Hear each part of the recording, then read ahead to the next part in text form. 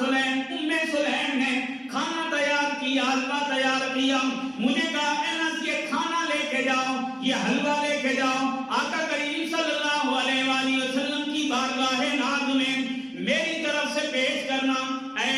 انس میرا سلام بھی کہنا۔ یہ ماں کہہ رہی ہے اپنے بیٹے کو، کیوں کہہ رہی ہے؟ انہوں نے کہا اگر تم سلام دو گے حضور جواب میں بھی سلام دیں گے،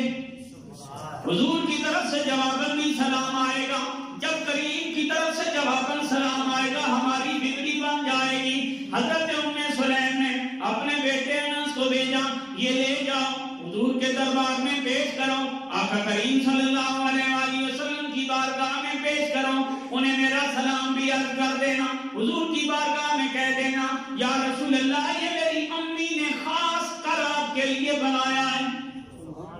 یہ سپیشلی نصیحت کر کے بھیجی۔ حضرت انس کہتے ہیں میں جب گیا وہ تھوڑا سا حلوہ لے کے حضور کی بارگاہ میں جب میں گیا، میں نے امی کی طرف سے سلام پیش کیا، یا رسول اللہ میری والدہ محترمہ نے سپیشل آپ کی خدمت کے لیے یہ حلوہ تیار کیا ہے، یہ قبول فرمائیے۔ حضرت انس کہتے ہیں میرے کریم نے قبول فرمایا، سلام کا جواب بھی دیا، میری اماں کے لیے دعا بھی فرمائی، لیکن ساتھ ہی مجھے حکم بھی فرمایا انس مدینے کی گلیوں میں گھوم جاؤ، فلاں فلاں بندے کو بلا کے لے آؤ۔ کچھ بندوں کے نام بتائے وہ تو مجھے یاد رہ گئے، لیکن آقا کریم صلی اللہ علیہ وآلہ وسلم نے ساتھ یہ بھی فرمایا اے انس راستے میں آتے جاتے جو تمہیں مل جائے اسے بھی بلا کے لے آنا، اسے بھی ہماری بارگاہ میں لے آنا۔ حضرت انس کہتے ہیں میں گلیوں میں نکل گیا، راستے میں جو بندہ مجھے ملتا میں کہہ دیتا حضور بلا رہے ہیں، کاش آنے اقدس پہ حاضر ہو جاؤ۔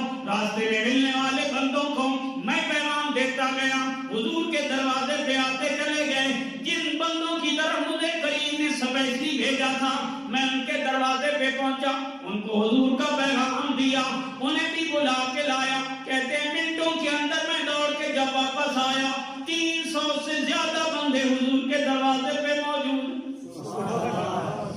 300 سے زیادہ بندے سرکار کے دروازے پہ موجود ہیں۔ انس کہنے لگے میں نے کہا میں تو حلوہ حضور کے لیے لایا تھا، میری اماں نے تو سرکار کی خدمت میں بھیجا تھا، سرکار نے کرم نوازی فرمائی ہے، سارے غلاموں کو یاد کر لیا ہے، اب کیا ہوگا؟ کہتے ہیں جب میں بلا کے واپس پلٹا حضور کی بارگاہ میں پہنچا، حضور نے فرمایا انس گھبرانے کی ضرورت نہیں، آپ نے دست اقدس اس کے اوپر رکھا اور رکھنے کے بعد آپ نے کچھ پڑھا،